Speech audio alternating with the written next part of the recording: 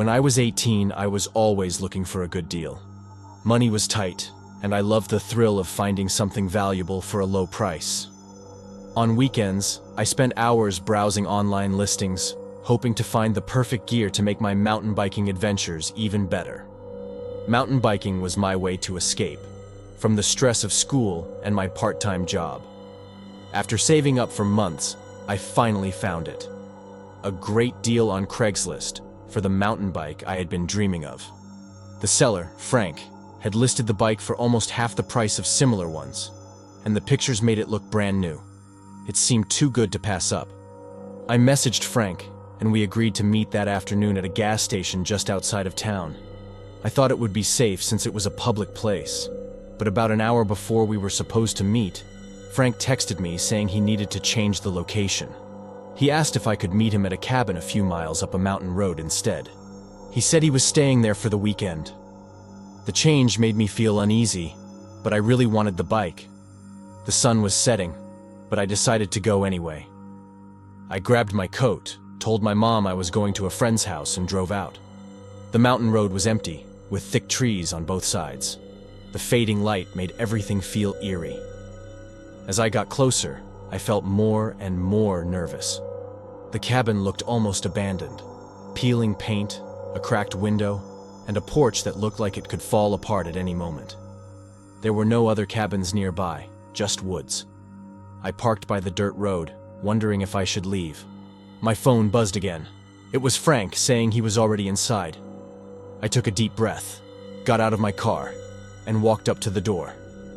I knocked, and the door opened almost immediately. Frank stood there with a forced smile, his eyes darting around like he was nervous. He was holding the bike, or at least what I thought was the bike, partly hidden behind the door. Frank greeted me and suggested I come in to check out the bike. I hesitated. Something about him felt off. His clothes were way too clean for someone staying in an old cabin like this. I forced a smile. "No, it's okay. I'd rather just take it from here," I said, trying to keep my voice steady. Frank's friendly look faded, and he stared at me like he was trying to decide something. He insisted again that I should come in, but I took a step back and said I needed to leave. Suddenly, his eyes narrowed, and he grabbed my wrist, trying to pull me toward the door. Panic surged through me. I twisted my arm, breaking free from his grip, and ran to my car without looking back. I could hear him shouting behind me, yelling insults, saying I would regret it. My hands were shaking as I yanked the car door open and jumped inside. It took me a few tries to get the key in the ignition. When the engine finally started, I looked up to see Frank standing on the porch, his face full of anger. I didn't look back again. I drove down that winding road as fast as I could, constantly checking the rearview mirror, expecting to see Frank following me. But there was nothing, just the empty, dark road. When I got home, I told my mom I had changed my mind about the bike. I was relieved, but I couldn't tell her the truth. What if she blamed me for being reckless? Or if Frank tried to find me? She never asked why I looked so pale, or why my voice was shaky. I never told her, or anyone, what really happened. But I still think about that cabin, and the look in Frank's eyes when I refused to go inside. I wonder what would have happened if I hadn't listened to my gut. Would I have ended up tied to a chair in that dark cabin, with no one knowing where I was? I don't buy things from strangers online anymore, and I stay far away from that mountain road.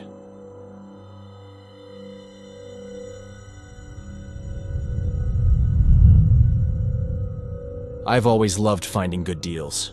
There's just something exciting about getting the perfect item for a great price. I think it comes from all those weekends spent at flea markets and yard sales, always searching for something special to make my apartment feel more like home. Moving into a new place was exciting, but also kind of overwhelming. The walls were bare, the floors were empty, and I had a lot of space to fill. I wanted furniture with some character, something that had a story. Most of what I owned was practical, but it didn't have that cozy feeling that old furniture brings. That's when I found the Craigslist ad. It had an old armchair, a coffee table with clawed feet, and a big dusty wardrobe, all for just $100. It seemed like an amazing deal, almost too good to be true. I thought these pieces, especially the wardrobe, could make my apartment feel warm and full of history. I didn't question why they were so cheap. I just wanted my place to feel less empty, more like a real home.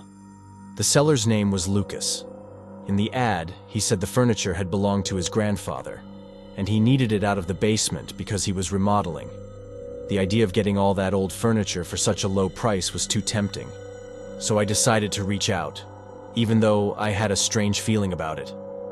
Lucas responded quickly, and we agreed I'd come by the next day to pick everything up.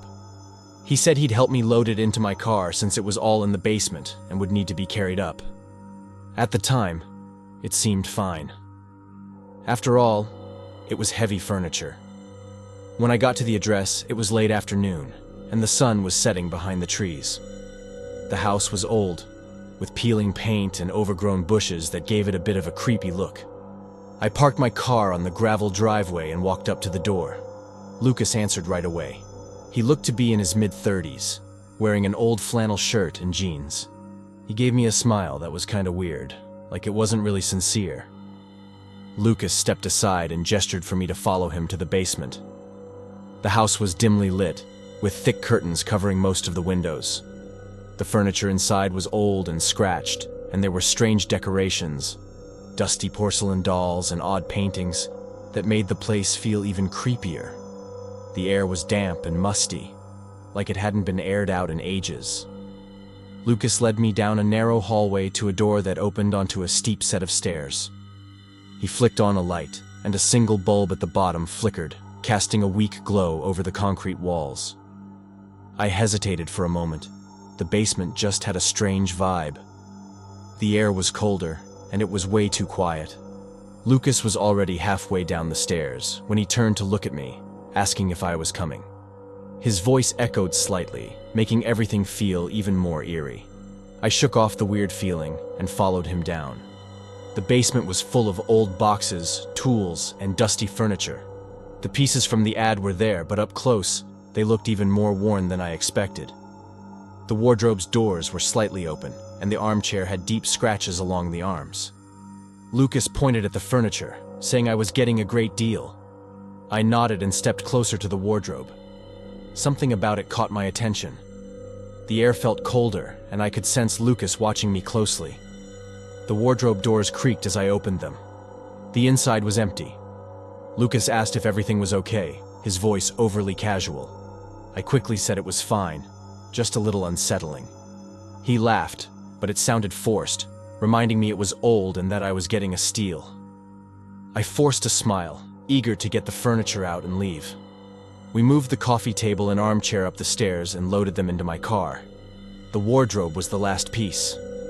It was heavy, and Lucas insisted on going backward up the stairs, leaving me to guide it from below. The steps were steep and narrow, and every time the wardrobe shifted, I felt my arms straining under the weight. It was hard to keep my balance, and I couldn't shake the feeling that if I slipped, the wardrobe would crush me. As we lifted it, I heard a soft thud from inside the wardrobe, like something moving. I paused and asked if Lucas heard that. He didn't answer right away, just kept moving with a tense expression. After a moment, he muttered something about old wood making noises. I wasn't convinced, but I didn't want to argue. We finally got the wardrobe up the stairs, and I helped Lucas carry it out to my car. By the time we were done, the sun had almost set, and the shadows around the house were getting longer and darker. My unease deepened, and my heart began to race. I thanked Lucas, trying to keep my voice steady. He gave me that same empty smile and told me to enjoy the furniture. I drove away, the wardrobe strapped tightly to the roof of my car. The whole ride home, I couldn't shake the feeling that something was wrong. It reminded me of the time I ignored my instincts and got lost in the woods as a kid. That same sense of unease was back, warning me I was making a mistake. I told myself it was just my imagination, that the creepy basement and Lucas's weird behavior had gotten to me. But when I got home and unloaded the wardrobe, the feeling only got stronger. That night, I left the wardrobe in the living room because I was too tired to bring it to my bedroom. I sat on the couch, staring at it, the memory of the basement still fresh in my mind. As the clock got closer to midnight, I heard it again. a soft thud coming from inside the wardrobe. I stood up and took a step closer, my hand shaking as I reached out. I pulled the wardrobe doors open, bracing myself for whatever might be inside. Inside, there was nothing but darkness. I let out a breath, trying to laugh it off. But as I started to close the doors, I saw it. A handprint, faint and smudged, on the inside of the door, like someone had pressed their hand against it from the inside. I slammed the doors shut and backed away.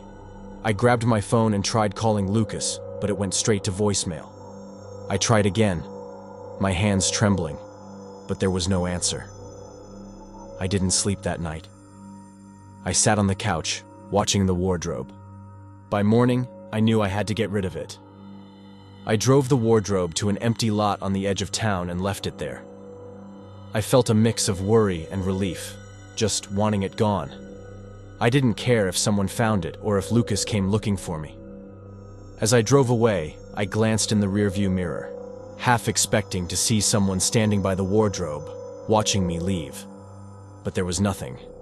Just the empty lot and the wardrobe, sitting alone in the early morning light. I got home, finally feeling a bit calmer. I settled down on the couch, thinking it was over.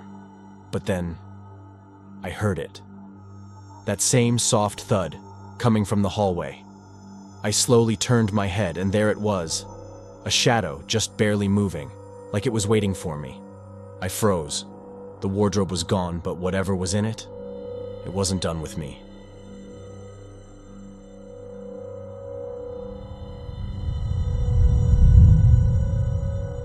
The whole thing started with a simple Craigslist ad about 7 years ago. I was 16 and looking for ways to earn some extra cash during the summer. Most local businesses wouldn't hire anyone under 18. I was tired of delivering newspapers around the neighborhood and wanted something different. Then, I found the ad. Yard help needed. $15 per hour. It seemed perfect. The guy, who called himself Richard, needed someone to help clean up his yard and do some light landscaping work. He said it was easy, just raking, weeding, and clearing debris, and the pay was better than my other options.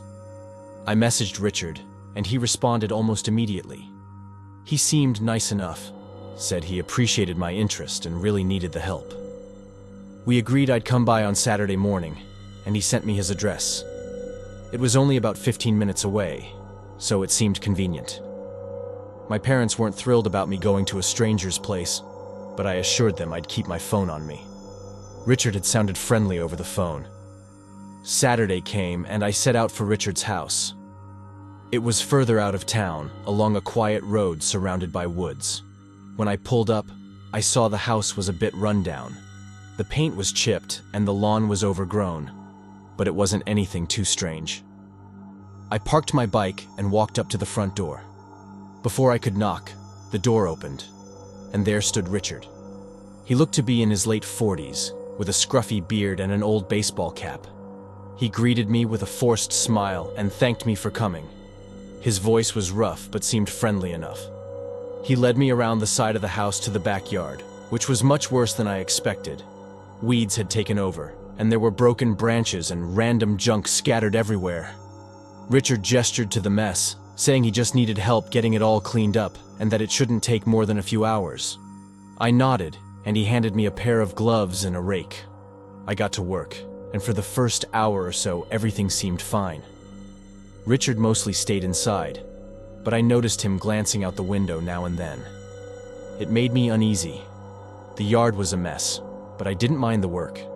It felt good to be outside, and the weather was nice. After a while, Richard came back outside and started making small talk. At first, it was normal stuff. School, my plans after graduation. But then his questions got weird. He asked if I lived nearby and if I had any siblings. I kept my answers vague, mentioning a younger brother and that my parents knew exactly where I was. Something about the way he looked at me made me uneasy. His smile faded, and he nodded before heading back inside. He seemed frustrated. I watched him disappear into the house, thinking about leaving, but I convinced myself I was overreacting. Maybe he was just awkward. I kept working. An hour later, Richard came back out with a pitcher of lemonade. He said he thought I might be thirsty, but his smile still didn't seem right. I took a cup just to be polite, pretending to take a sip. Something felt off, and I decided it was time to leave. I set the cup down, telling Richard I was almost done and should probably head home soon. His expression changed. His smile dropped, and he pointed out that I hadn't finished the back corner yet, his voice lower, almost annoyed. I glanced at the pile of debris still untouched and told him I really needed to get going. He stared at me for a moment, then nodded slowly, suggesting I come back tomorrow to finish up and offering to pay me extra. I forced a smile and lied, saying I'd let him know. I quickly gathered my things, aware of his gaze as I walked away. I didn't look back. On the way home, I couldn't shake the feeling that something wasn't right. Richard's forced smile and the way he watched me from the window made me certain I wasn't going back. That night, I told my parents about it. They were worried, but I assured them I was fine and that I wouldn't go back. We agreed it was best to just forget about it and move on. I tried to put it out of my mind. 2 nights later, I woke up suddenly. My room was dark, and for a moment, I wasn't sure what had woken me. Then I heard it. A soft noise, like footsteps outside my window. My heart pounded as I got out of bed quietly and moved toward the window. I peeked through the curtains and felt a rush of fear. There, standing just beyond the edge of the yard, was Richard. He was barely visible in the moonlight, but I could see his silhouette. He was just standing there, watching the house. I stepped back from the window, my hands trembling. Instinctively, I reached for my phone and called my dad. My voice was barely a whisper as I told him what I saw. He rushed to my room, but by the time he looked out the window, Richard was gone. We called the police, but there wasn't much they could do. He hadn't done anything illegal, and they couldn't find him when they checked the area. The next few days were sleepless, with every little noise making me jump. We never saw Richard again, but I never really felt safe after that. I stopped looking for work on Craigslist. It wasn't worth the risk. I learned to trust my gut and avoid shady situations. Sometimes I still think about Richard and the strange way he acted. I wonder if he's out there, waiting for someone else to make the same mistake.